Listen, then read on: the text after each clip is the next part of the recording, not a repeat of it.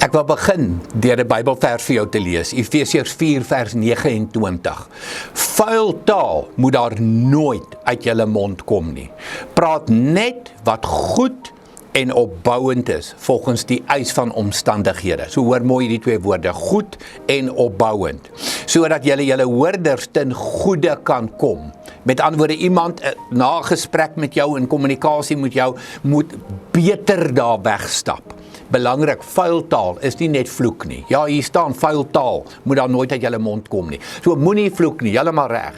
Maar vuil taal het ook te doen met afpraat en beledigend praat. So moet ook nie iemand beledig nie. So vuil taal is 'n bietjie breër net as vloek. En dan, altyd goed en altyd opbouend.